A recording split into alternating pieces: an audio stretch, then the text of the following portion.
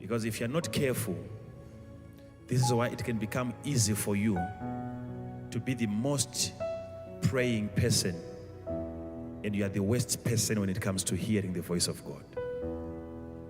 But the moment you get used to pray and you're talking to God, it takes the grace of God to remind you that you have to shut up sometimes and listen to the God that you have been praying to.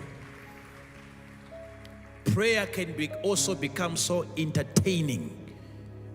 You enjoy it when you are flowing in prayer. And you can go on and on and on and on and on for hours. You see, your problem now is that just spending hours in prayer, that's your target. Hearing the voice of God is not your target.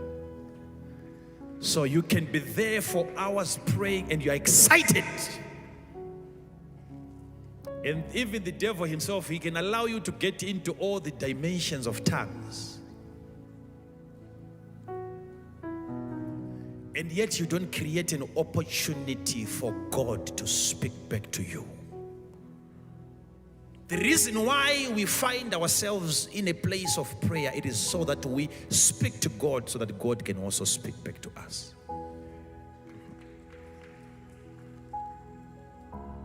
I've met prayerful people. I've met prayerful people. You guys listen to me. I've met people that can pray, but they can't hear the voice of God.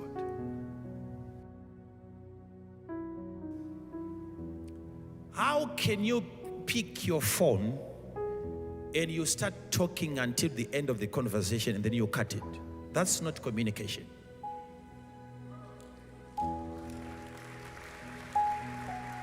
Prayer without God speaking back to you is not prayer. You're talking to yourself.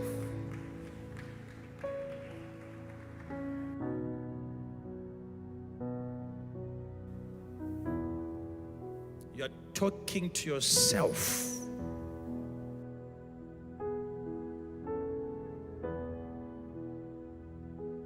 Just like when the pilot is about to land, there has to be a very, very strong communication between the pilot and the traffic controller.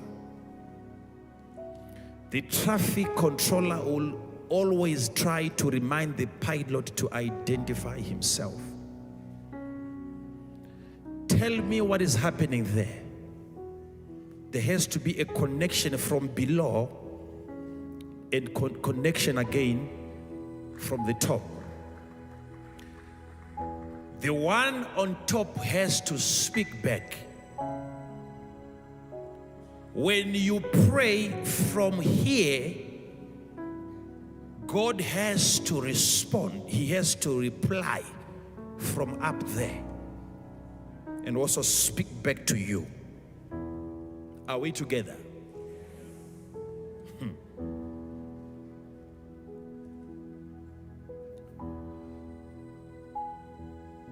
When you feel like praying and you get into a moment of prayer, I remember there are times now I can openly confess that I'm no longer praying the way I used to pray. Maybe it's because of too much responsibility that I now have. But still, the way I pray now, I think I'm trying. But then I remember there were times when I would pray for up to 20 hours because I didn't have anything else to do. I would go for 20 hours, non-stop. And then if I rest for one day, then I get again into another prayer for 20 hours.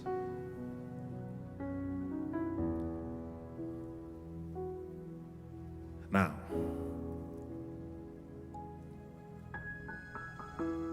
I'm not saying you should be doing that. You get fired if you try to do that. You can't. But I'm saying I didn't have any other thing to do. So I had a lot of time. That's why some of you right now, you don't have anything to do. You don't realize that this is the only opportunity that God is giving you. Very soon you'll be very busy It's better for you to pray now.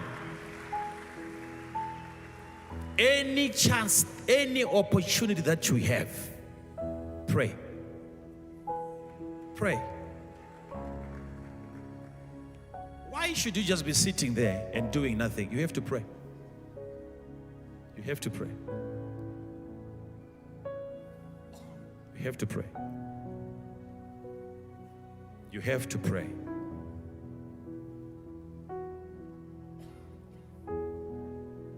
You have to pray. You have to pray. That's what I used to do, and up to now I'm still praying, but we can't be talking of hours and so on. The most important thing is not how many hours you spend in prayer, but are you able to hear God when He speaks? Because if you speak to God for 24 hours, and then God doesn't speak to you even 2 seconds, that's not prayer.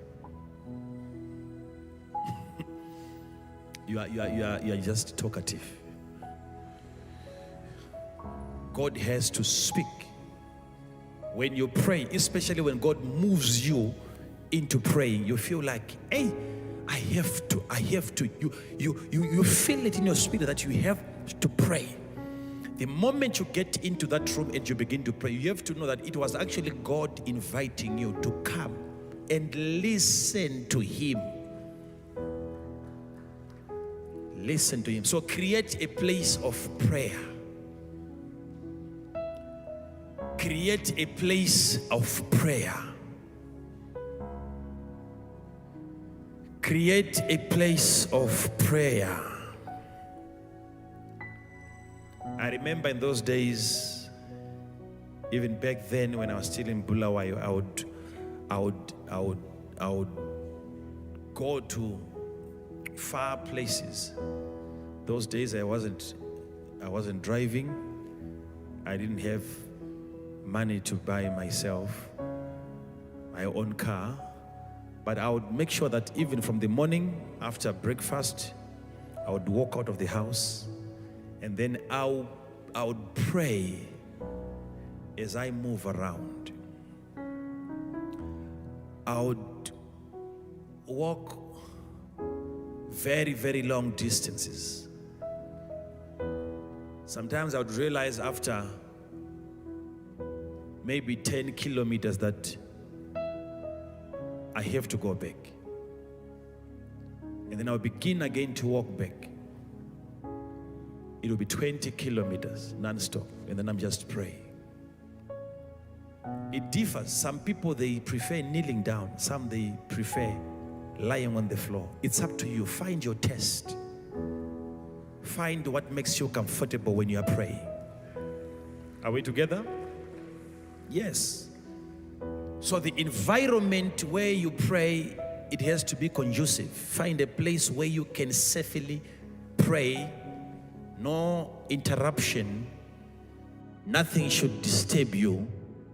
If there is a lot of noise in the house, if you like noise, that's okay. Try to look in the inside of you. Find what you enjoy the most. Because as prophets, sometimes we enjoy it. Sometimes I prefer, even if I'm praying in my car, I would switch on the radio, put on some worship CDs, and then raise the volume high. And then as in the middle of that noise,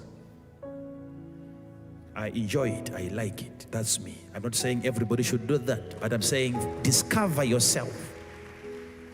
What motivates you? What encourages you to pray more?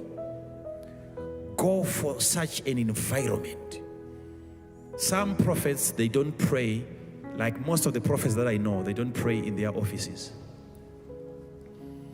They normally would want to go out where they would view nature. Some, they like trees, rivers, stones, and he's there praying.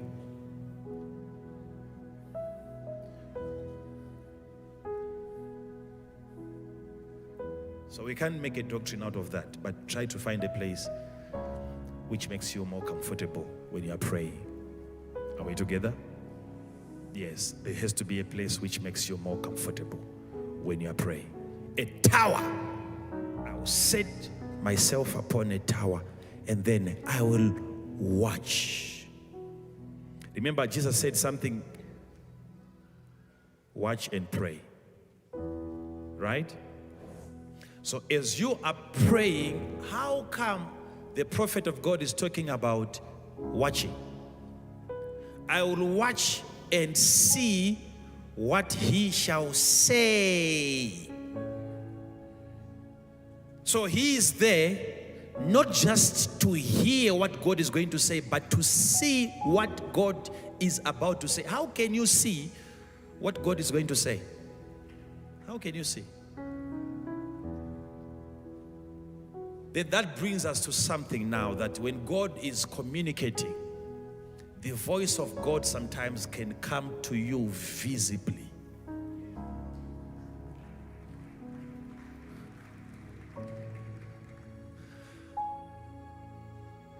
How can you watch and see what God is saying? This is not hearing, this is seeing.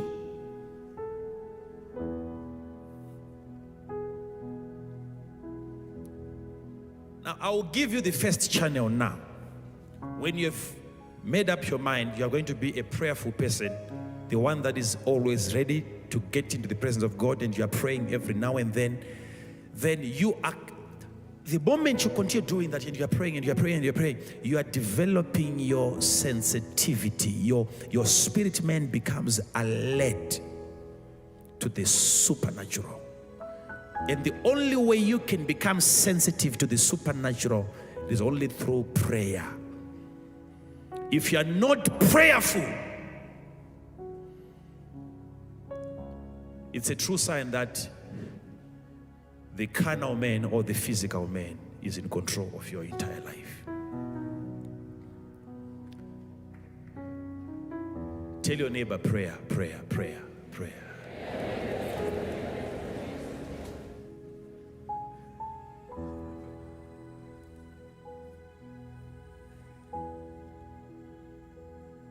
Do you know how many minutes I spend praying? With all the grace that God has given me, every time I come here to minister, I am afraid of this place. I pray to God. I need a confirmation whether I should be standing here or not. Every single sermon that I've delivered here, I have to hear from God. Why?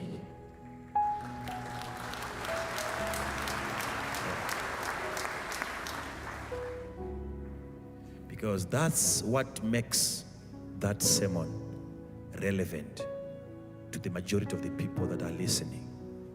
You can find a good teaching, find a good sermon, and it can be irrelevant to everybody that is listening. And you're wondering, what's wrong with this? It's not because of the message that you have delivered, it's because of the person that has delivered the message. If you are not prayerful, don't do anything in the house of God, even ushering, even decorations, even these recordings that you find, even catering. As long as you are not prayerful, don't find yourself doing anything in the house of God. You don't qualify. You don't qualify.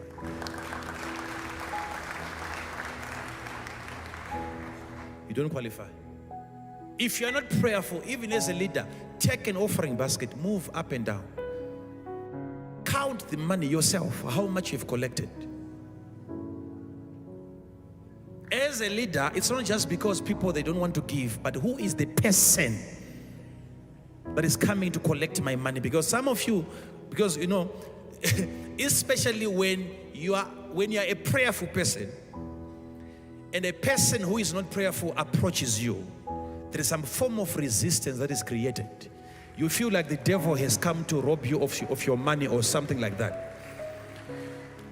I'm telling you, this is why there are people that when you meet them, It's easy for you to give them money before they can even ask. Have you noticed? There are people that you can give money without them asking you for that money. And yet there are people that can come to you asking for money and you're not ready to give them. So imagine if a leader who is not prayerful is coming to collect money from you. And you are prayerful. So your prayer life can actually reflect on the offering that you take. So there is nothing for you in the house of God if you are not prayerful. You have to pray. It's a must. You can't do without prayer.